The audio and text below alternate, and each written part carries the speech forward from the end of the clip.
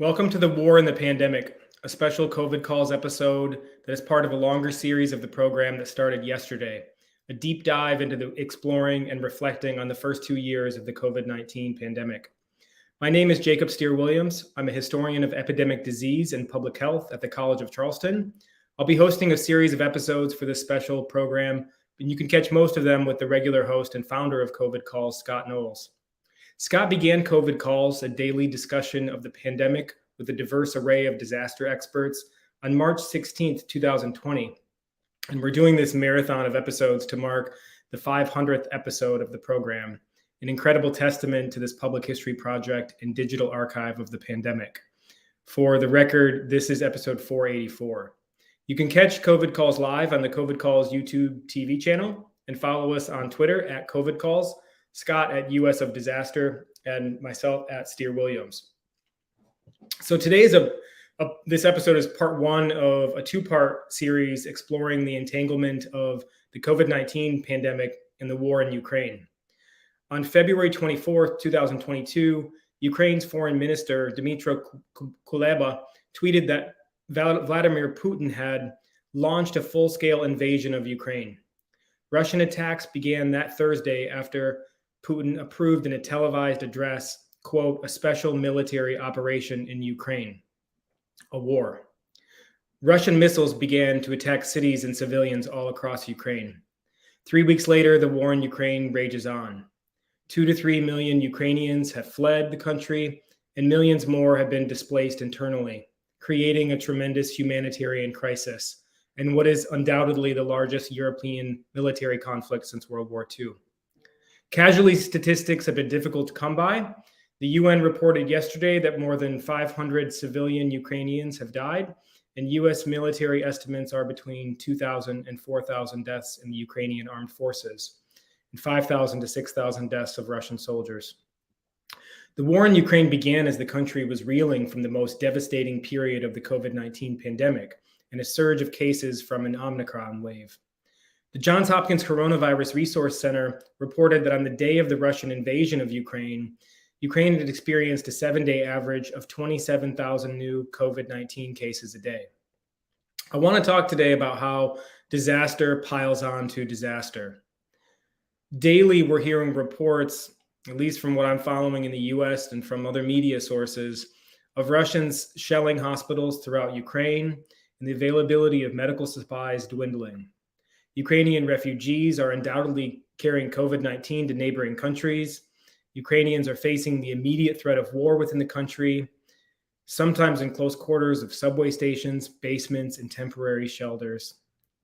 The organization Human Rights Watch has just reported that the port city of Mariupol, the last city in Europe to have a significant cholera outbreak in 2011, has been without running water, electricity, or power for days as Russian troops continue to shell and surround it. We will no longer be able to tell the story of the pandemic without the story of the war in Ukraine.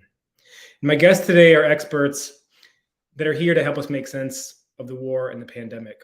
I'm so delighted to have you both with me here today. My first guest is Pavlo Kovtunyuk, who's a co-founder of the Ukrainian Healthcare Center, UHC, a think tank located in Kyiv, Ukraine. His background is in health financing and in management.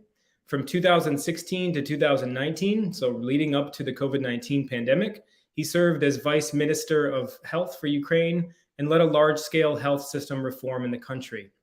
In 2019 and 2020, he was a consultant at the WHO Office for Health Systems Strengthening in Barcelona.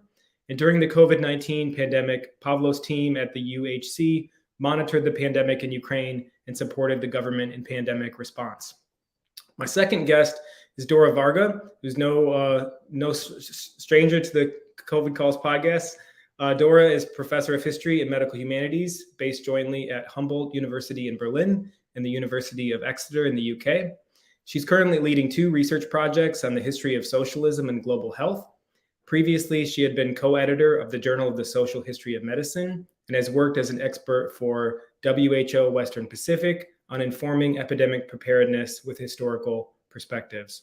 It's so great to have you both with me today on the program, to have your voices recorded, have you here to process, to make sense of this. And Pavlo, I just want to start by just saying that on behalf of the entire COVID Calls team, I'm so happy that you're here to share this intellectual space.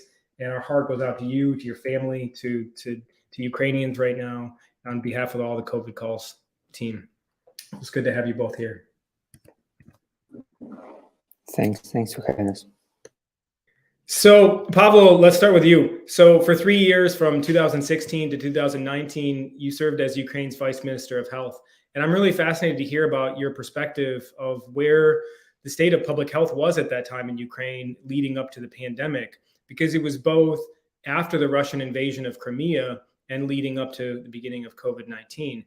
So I want to start by hearing your experience of that period. So can you take us back to late September 2021, where Ukraine was on the brink of the deadliest period of COVID?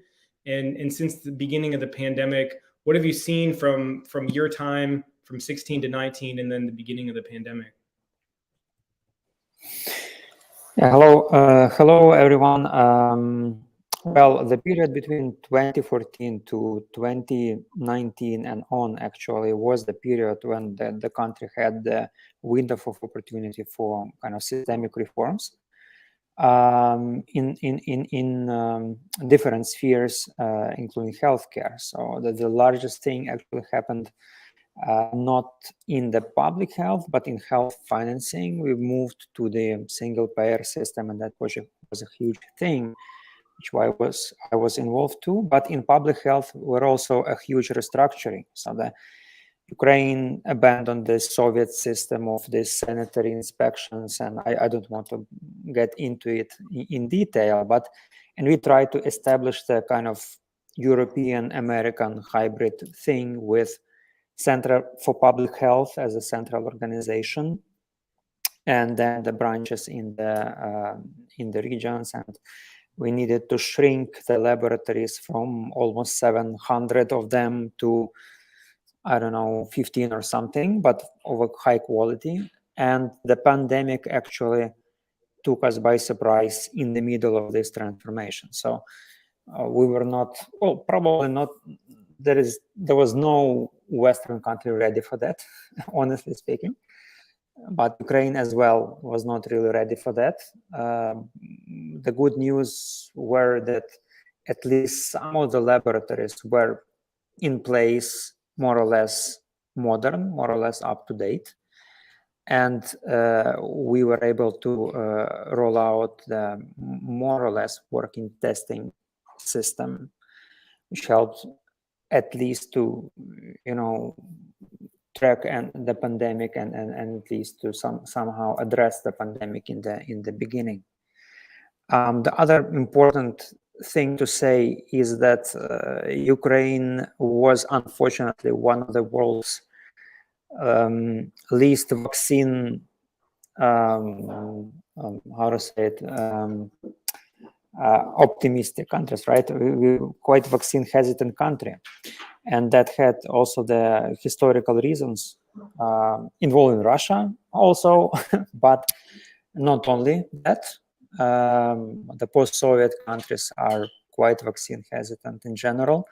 Ukraine is no exception.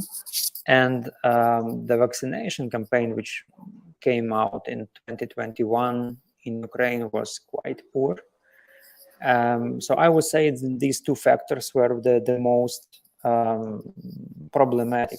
One is this transition of the public health system, and the other is high vaccine hesitancy.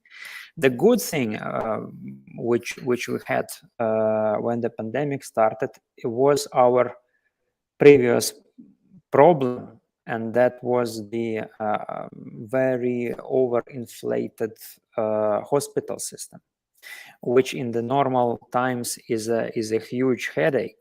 But during the COVID times, it was a good thing, because we didn't really had this images of overcrowded hospitals, stadiums, and whatever. So we had hospital beds were there. The problem was in oxygen, but eventually we fixed that problem. And the latest wave before the war started, the Omicron wave, was actually the way when the hospital capacity were able to process the amount of patients which were coming. Yeah, I want to actually dive into, in this conversation, some of those historical reasons, and that's why I'm so glad that Dora's here as an expert, in the 20th century in public health and disease and in Eastern Europe, more broadly speaking. And I'm just so captivated by what you've told us here, to think about the hospital as a space in Ukraine, and a hospital in the first 2 years of the pandemic leading up to the war as being one that's functioning, where there's availability of beds. And then there's a surge of Omicron. Just like, think about the chronology here. There's a surge of Omicron, and then now, every day I was looking before our conversation at what's happening in Mariupol, and there's just like hospitals directly being bombed, right? And to try to process what that means in a pandemic landscape is really it's really difficult right now. But I really appreciate you sketching that out for us. So Dora, I want to bring you in to provide some of that deeper historical context about epidemics in Eastern Europe. And you've written really extensively about the history of epidemics in Eastern Europe, about the Cold War, about the history of childhood, the supposed, and I say supposed there really poignantly, end of epidemics. I want to talk about that with you both here today.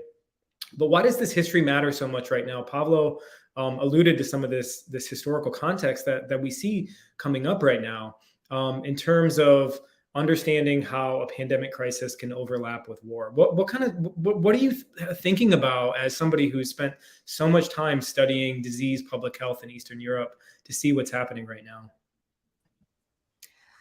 Thanks. Well, it's very difficult to give a good on-the-spot historical analysis of what's going on right now, because the historical trajectories are so many, and there's so many threads to follow through. And at the same time, looking for those past relevant experiences, of course, nothing fits into to really help us move forward. What we can, what we do know is that outbreaks of war and disease are always come together, and they're always happen at the same time. Partly, what we can see is the destruction of the infrastructure, the bombing of hospitals, and the civilian attacks, which makes it very difficult to give medical support, and also the falling apart of infrastructure that can further hygienic practices. But there's also what I think Pavlo mentioned before we joined, is that the pandemic is on hold right now, right? There's nothing like there is a war going on. There's no extra capacity to deal with anything else, and that's often what we can see. We can only see much later what has happened in the background or in parallel. So these outbreaks become invisible. They're still happening. They're still there, but sometimes they become invisible for decades, and we don't know about them, or they become forgotten. As it's often remarked of the Spanish flu, it's not so forgotten now. It has become one of the prime relevance points. But that is, I think, something that's definitely going on. We know that. And we know that with the enormous movement of people, with the infrastructure being destroyed, with the health services being, it's quite impossible, let alone the injuries and so on, that there will be, something coming if it's not there already. The other thing, though, I would want to raise, which I've been thinking about a lot lately, is how this moment of the pandemic, and then on top of it this other crisis, kind of puts into conversation these metaphors and the way we talk about war and the way we talk about disease, that I think I'm a bit worried about the potential consequences that might have. We, in 2 years, we have been accustomed to really appropriate these metaphors of fighting the disease and being mobilized as, you know, as to some kind of imaginary or, you know, some kind of understanding of a war on the pandemic, on disease, on infection. The immune system is you know, represented as a fortress, or also in military terms. And that has become, you know, very much come into conversation a lot with the addressing of vaccination. And that is, you know, also the lockdowns, the restrictions on travel have all increased this kind of us and them, either us and them in terms of our own body and the virus, or us and them, the diseased, the potentially diseased, and the not, or our own body and everything external. And that, you know, that has been going on. And then now you have an actual war where these can, you know, turn around these metaphors, and the us and them has now a very different, equally lethal meaning that that we only see the beginning of. And that is you know, historically you can there are countless examples, unfortunately, how that kind of dehumanization of the enemy, of the, you know, refugees, of immigrants, of whatever, of any kind of racial discrimination, how that happens, and it happens very quickly. But it's in the, so both of the things are in the air, so to speak, and I think that is kind of that is what I've been kind of concerned about. But not to, you know, end on an extremely, I think it's so despairing that I'm always trying to find, you know, some kind of constructive, some kind of example where this can serve, when there's something positive can come out of it. So this kind of thinking about an epidemic or a pandemic as a war, these war metaphors, there are examples when this can actually serve as a deflection from the actual war. So you can see this happening in the Cold War, for instance, in polio, in the case of smallpox, where the two warring sides can come together because now they have a common enemy to tackle. And so there is precedence for that as well. It's not, you know, decidedly terrible, but it tends to go that way. Well, yeah, thank you so much. And I'm really intrigued by a couple things that you've sort of helped us to understand and think about here. And one is this question of end, the end of, or maybe the putting on hold of the pandemic. And then two are these military metaphors, ones that are really longstanding, but I think, like you said, that the metaphor of war and the reality of war collide, or at least are colliding in this one moment. And then maybe a third point that I really like that I want to emphasize too is like the one that you started with. And I think it's like historians are they don't say this enough, but I think like the last 2 years have made me fundamentally clear in this point, is like sometimes it's okay to just say, and we have to just say that like there aren't good historical examples for this. Like the history like leaves us fall. Like it's important, and the context is really important for cultural attitudes, for institutional practices, but at some point it's just metaphor, right? And I think that's okay to sometimes say. You know, I think in the last couple of years we've been grasping for analogies, whether that's flu or whether it's smallpox or whether it's polio or whether it's cholera, whatever the historical corollary may be, and we're just faced with a situation that's unique right now in many ways. And I think the war in Ukraine is proving that. Pablo, I wanted you to jump in here and just anything that Dora mentioned about the putting of the pandemic on hold, or about these military metaphors. What are you seeing? What are you seeing about this, either in the media in Ukraine, or, you know, amongst everyday people, about how they're conceptualizing what's happening in real time? Yeah, let me bring in one more kind of philosophical thing about the war and disease, which war and healthcare and disease, which I'm thinking a lot about now. And I think this is an important lesson to learn for the civilized world for the future. And this is about the hybridization of war. The wars become hybrid. and Ukraine being on the edge of this hybrid warfare for many years. Now we have kind of the hot period, when the military came in and the missiles are, flying over. But we were under war since 2014, actually, and a lot of hybrid warfare was used against us. And we do observe that, and I think that's quite a horrific thing. For example, these shellings of hospitals, which our team is documenting right now, we observe it's already 70 of them, 70 in 21 days of war, 70 times. Many of them are just direct shellings at the hospital with no reason, absolutely with no military justification, just a missile, sent from 200 kilometers aims at the maternity hospital. Why? And the reason why they spend this expensive, super expensive missile for that, the reason is to, ignite the panic and to create the refugee flow, right? They want refugees to flow to the Poland, to Romania, to the European Union. And actually, this is what Russia did in Syria recently, right? They created these refugee flows to make a pressure on the European Union. And not only this, it's just they force us to surrender and so on and so forth. But for them, this clear line, and this is what we are trying to,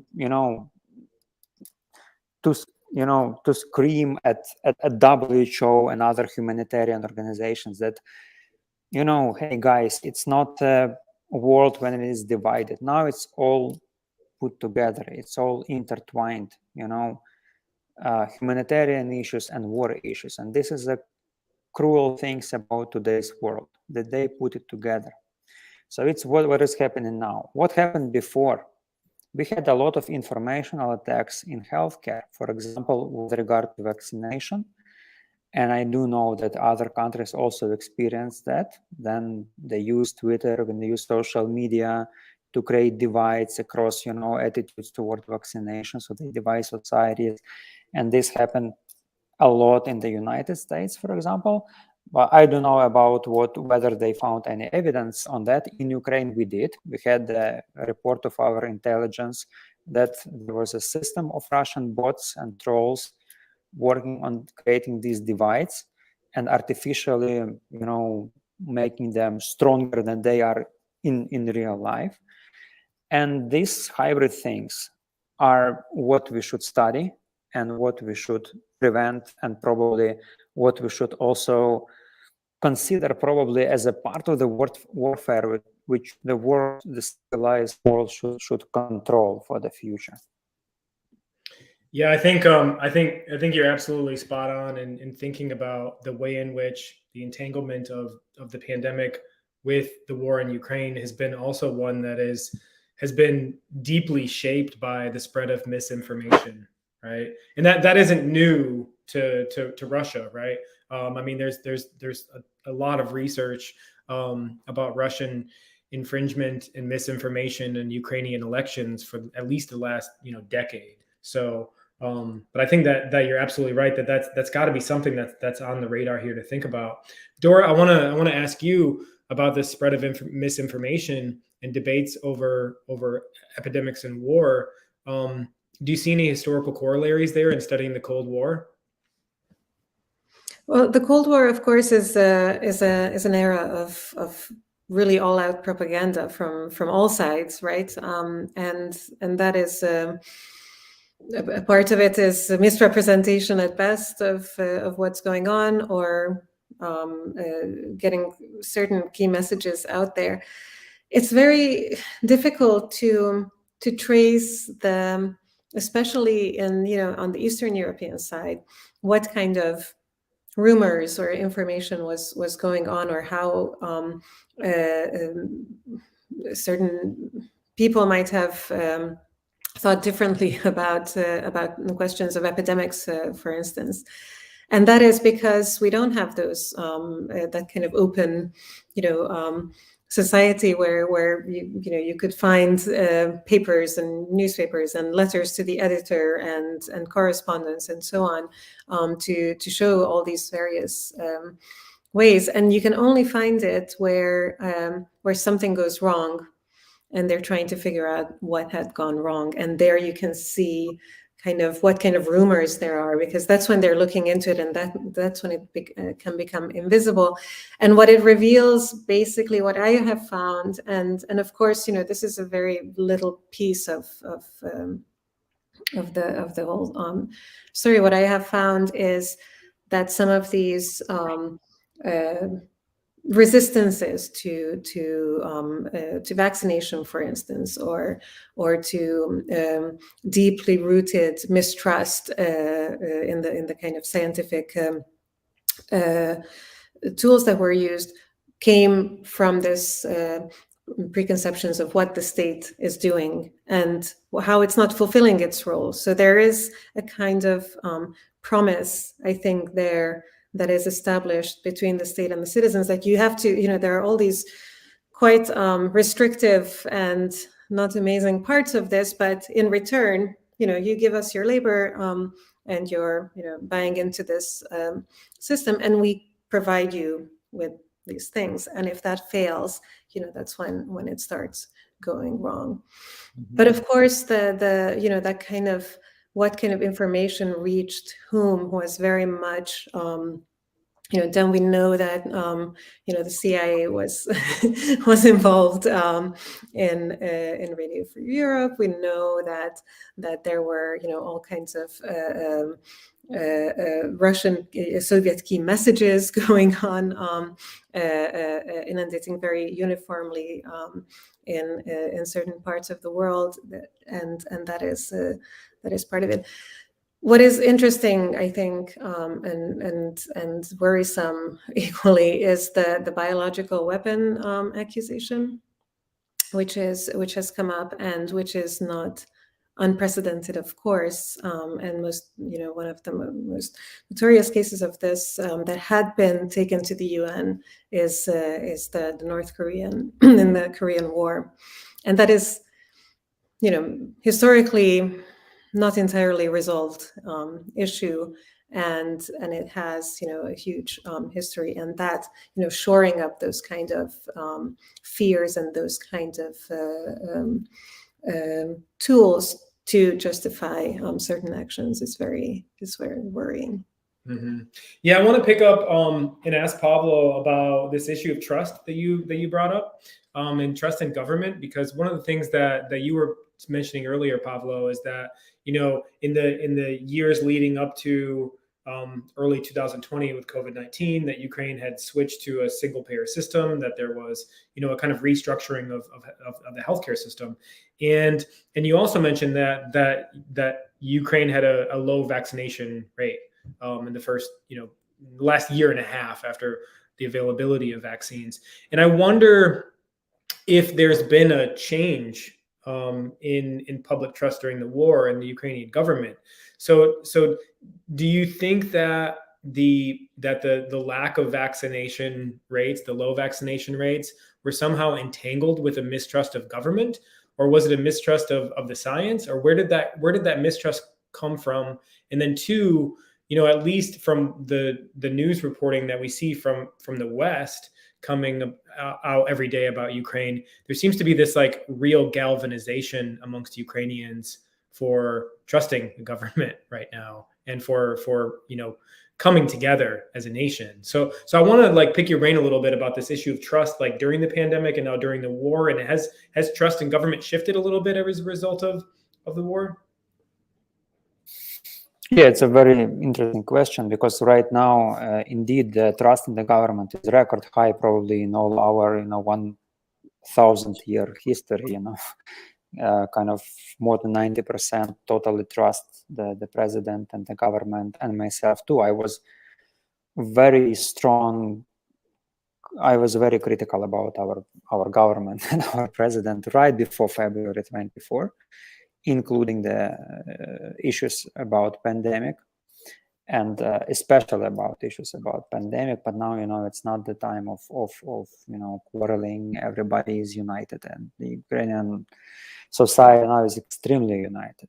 And by the way, Ukrainian society is very optimistic about our chances to win this war. We believe 92% of people here believe that we are going to win, and including myself. Unlike most of the Western media, I don't read them anymore because I'm getting too pessimistic reading them. I talk to our military, and I'm getting optimistic after that. But before that, before the war started, that low trust in government was one of the key factors of our quite average, at best, response to the pandemic. Again, we have historical explanations for that. The country with, colonial history, being under Russian, colonial rule for many, many years. And the governments in our country over the past 300 years were other governments, not our government. It's the last 30 years that we had our government, but we didn't, create this understanding that this government is ours, so the people generally were kind of very cautious about what government is saying. And this is why I think that is one of the reasons why the testing and tracing campaign never worked well, and that especially the vaccination campaign never worked well. So we had one of the lowest vaccination rates in Europe, kind of 30% of the population in the beginning of the 2022, which is nothing, actually. And most of the people were not really, not believing in science or being not educated. People could be, super educated, but they say, okay, I don't know whether the government says the truth, whether it is okay or not. I will wait and see, blah, blah, blah. So, yeah, it was real hesitancy, So it's a really very interesting situation that the pandemic as an emergency did not create in Ukrainian society this feeling of unity and this feeling of response to some enemy, whereas Russia did that. I don't know. Well, Russia is definitely worse than COVID. I tell you. Yeah. So yeah. That's really fascinating though, because I think that goes back to like what Dora was talking about earlier of like these metaphors of war and pandemic and how they're colliding right now. So that to think about the Ukrainian collectivization response to the pandemic being one of mistrust, and then the Ukrainian response to the invasion by Ukraine being unity. And I don't mean to be callous about this at all. And this is not the time to seriously reflect on a public health campaign in the middle of a war. But I do wonder, and I wonder if either of you can reflect on this, if you think that one result of the Russian invasion of Ukraine and the collectivization of Ukrainians and this pouring of trust of the Ukrainian government will have a long-term impact on public health and healthcare in Ukraine. Like, I mean, I think that's going to be a very serious question.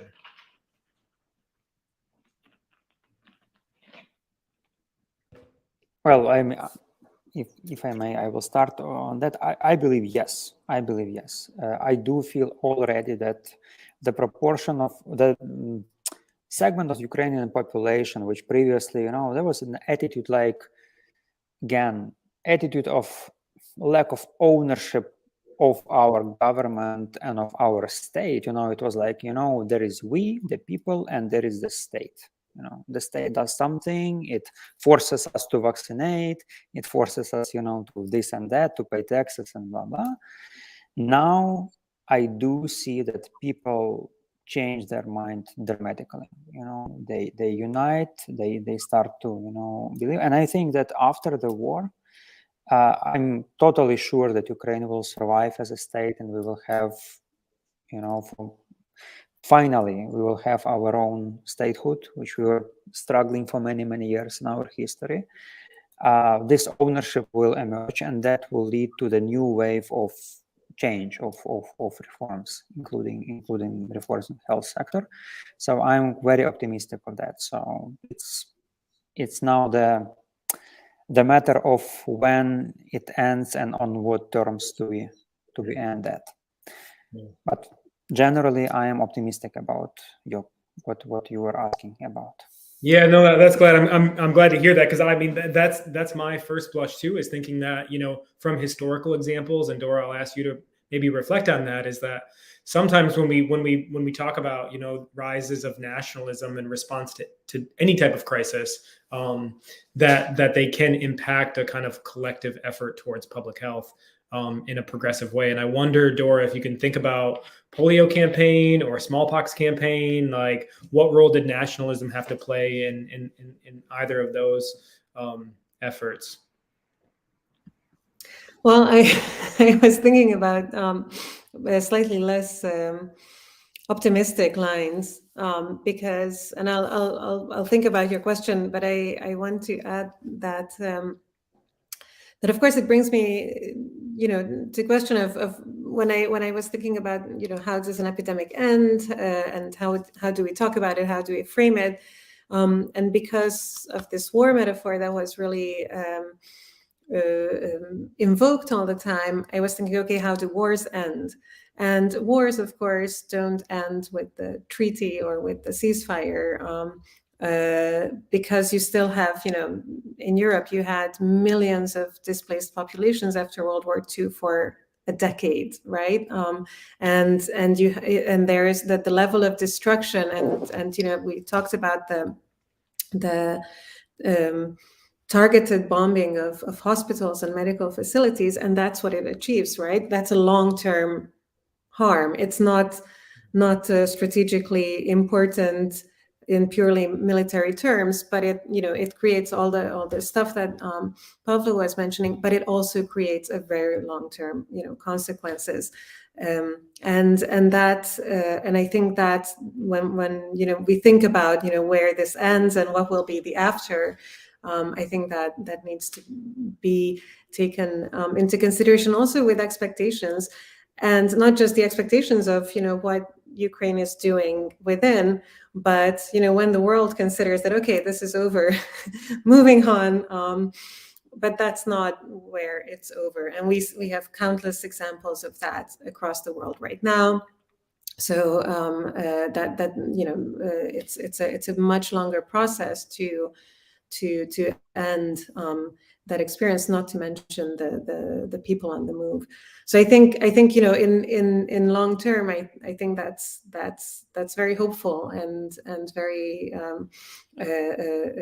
hopefully probable that will, you know, strengthen that kind of participation in the state, and that will hold out, and there will be, you know, a well-functioning state to be engaged with, but it's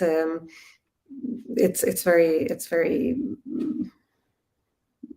a long-term process that I think everybody has to acknowledge. Most of all, you know, the kind of support systems that are operating outside of the country as well. And in terms of nationalism, I think the interesting thing about epidemics, especially pandemics, but any epidemic, is that they're extremely local things and extremely global at the same time, and they're understood as such by everyone at the same time. So you know, we always talk about, we frame our experiences about, you know, what COVID is. It means very different things across the world depending on where we are, because it's shaped by the policies and the relationships of citizens and the state and the public health structures, and the access to healthcare, and the education levels and structures of society, and so on and so forth. They're very local because they're experienced as a community, so that will, you know, eventually be the heart of it.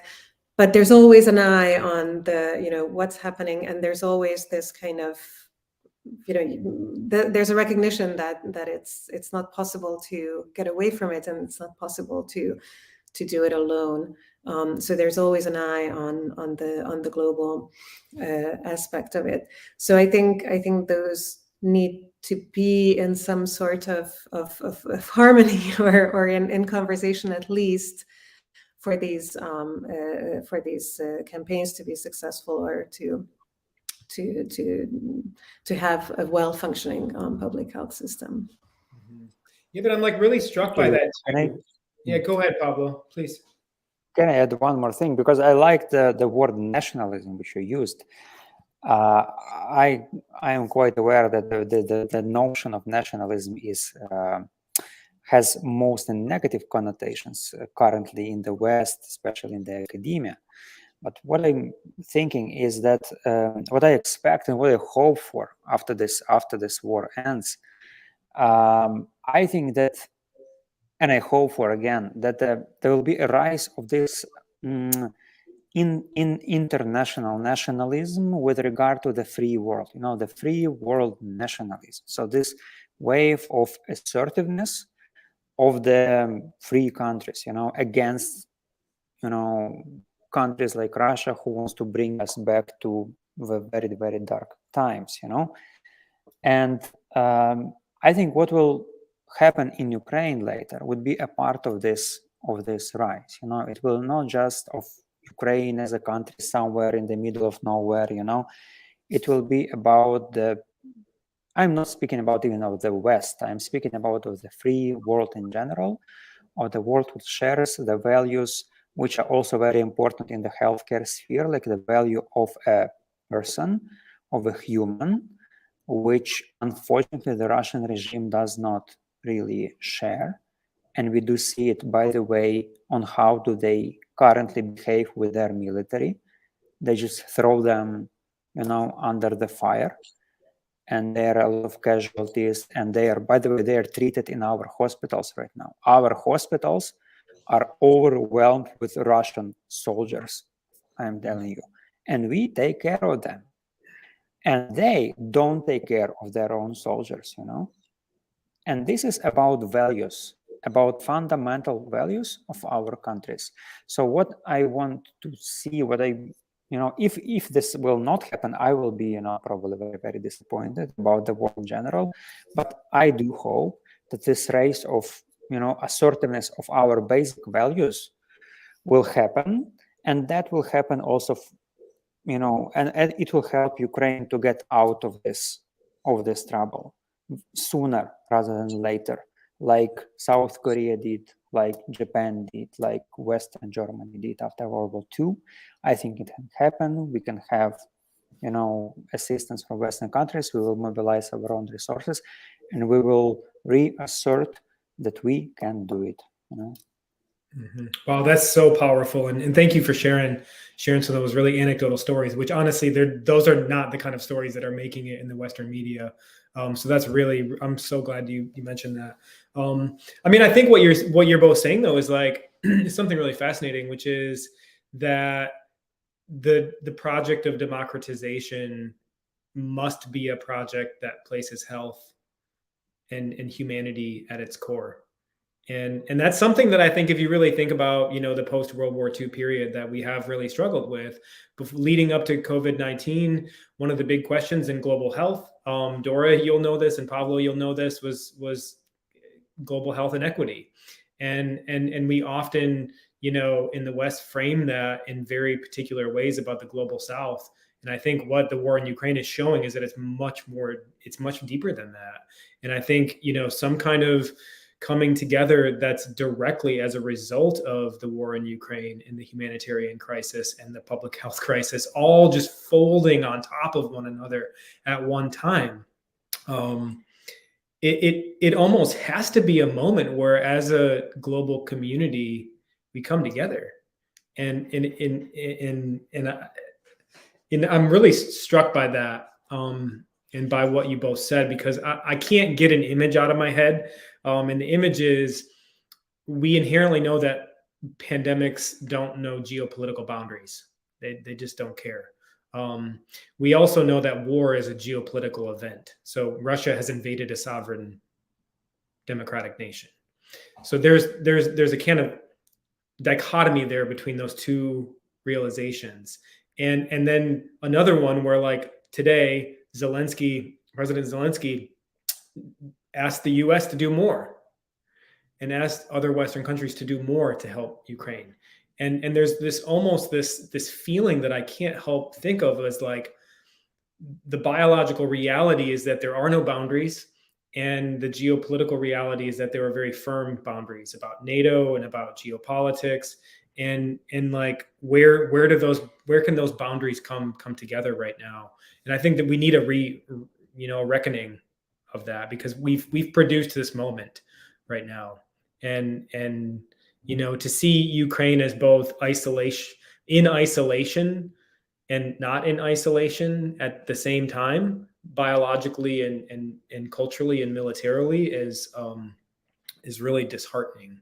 So I get earlier what you were saying about the optimism, Dora, and I too, Pavlo, have optimism about this moment and what it will lead to, in the kind of galvanization, not just in Ukraine, but in other parts of the democratic world.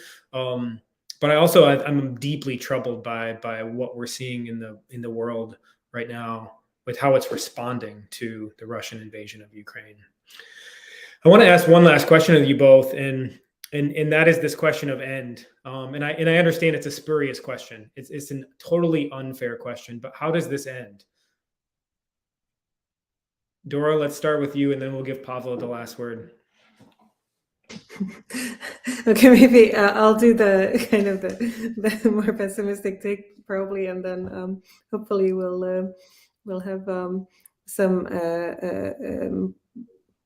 more optimistic and positive note, at least at the end. I think I can say what I'm worried about.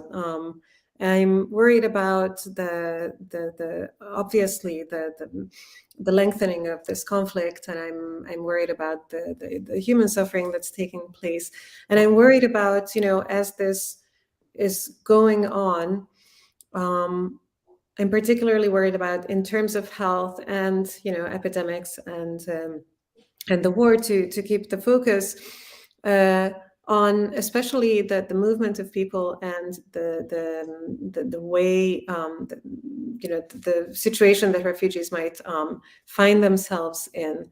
And there is historically what we can see is, as I think as Jessica Reinisch wrote about this in 2015, and still very, very much relevant, is that no nation, no country can be proud of ever of historically of what they've done, in terms of refugees and helping people. And what we see now is heartening, and it's quite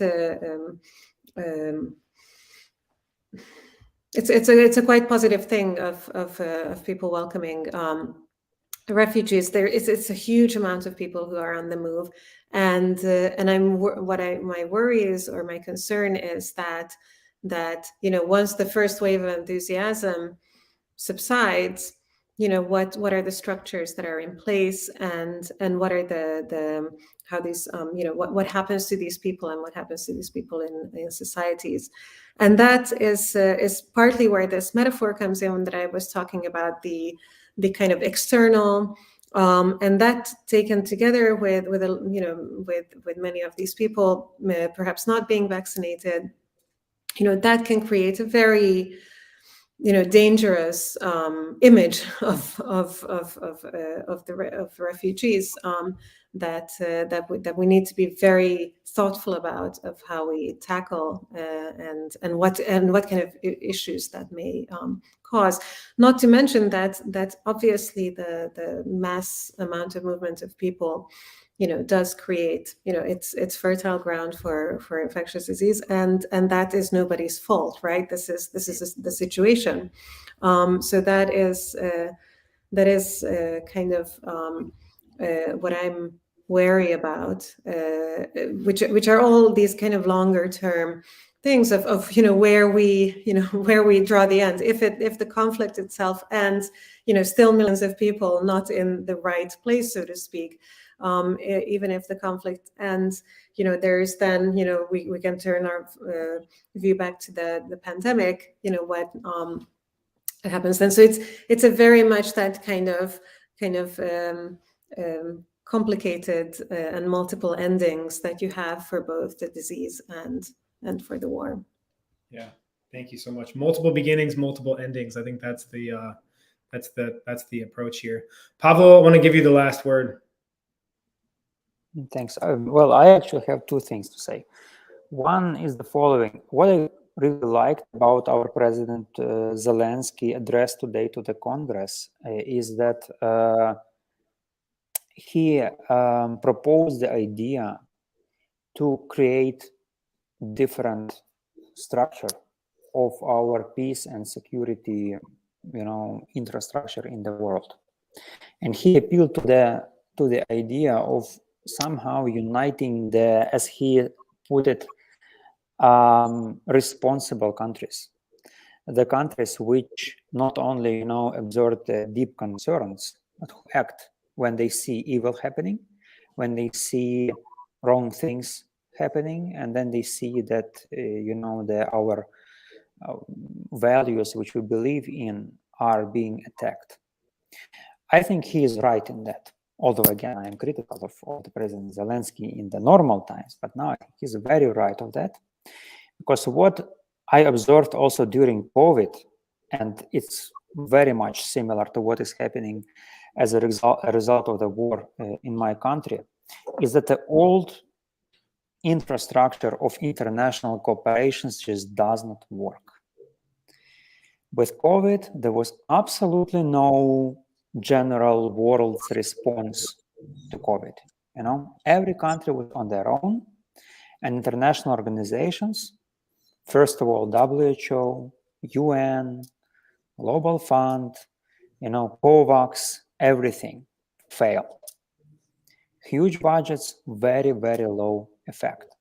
Absolutely, COVAX is a complete disaster, I think. One of the most disastrous things I ever observed. So the COVID showed us something. And now we see the same in Ukraine, that there are countries who, do something, who act, and who show the lively reaction to what is happening. And what is happening is a threat to the whole free world, not Ukraine. If they subjugate Ukraine, they will move to Baltics, and they will move to Poland, and they will move to, Germany or whatever.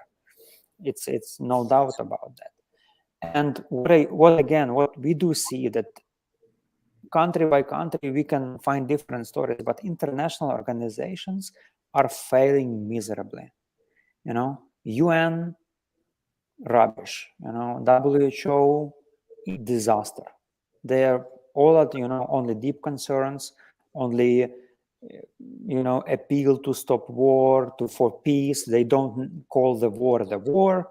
They don't say that Russia is an aggressor. They don't say that Russia is actually attacking hospitals. They say we are against attacking hospitals. Okay, everybody in the world is against attacking hospitals, Yes. But what do you do about that? So this is number one. We need to think about changing this peace and health and security infrastructure in the world, because it doesn't work neither with COVID nor with wars. And second, when this will end? It will not end by itself. This is a critical thing to understand. Somebody needs to end that. And this somebody is first Russia, of course, because it started it, But if Russia doesn't want to do that, and they don't want to do that, the world has to compel them to do that. Yeah. And Ukraine is doing a lot in compelling them to do that. We fight with our military, we do a lot of diplomacy, we do a lot of other things. Our partners also do a lot of things with economic sanctions and so on and so forth. But there is also a lot of things everyone can do. And one is to say the truth, not to be silent, to call a spade, to call Russia an aggressor, to call the war, and so on and so forth. Second, suppress Russia on all levels, isolate them right now, there is no good Russians and bad Russians. These people elected Putin. Putin started the war. So they can stop it. They can stop it. They are responsible for that as a citizens of their country. So on all levels, businesses, international corporations, they should at least know about your position, that you are not okay with what their country is doing. And that is a lot, believe me. If the world will create this atmosphere of, telling out the truth and expressing and asserting our values and our beliefs, it will end much sooner than we think. So this is what I'm asking everyone who is listening to us. Just say it out loud. Don't be silent. Say the truth. And and it will end. Yeah, I just can't help but thank you both so much of the HIV/AIDS slogan from the 1980s of silence equals death. Is such a powerful metaphor to end on here. Dora Varga, Pavlo Kovtuniuk, thank you both so much for joining me today. I'm just absolutely humbled right now with everything that you've shared. So thank you so much for joining us on COVID Calls. I'm up next in a few minutes here with my next episode, part 2 of this series. So thank you both for being here, and catch you next time on COVID Calls.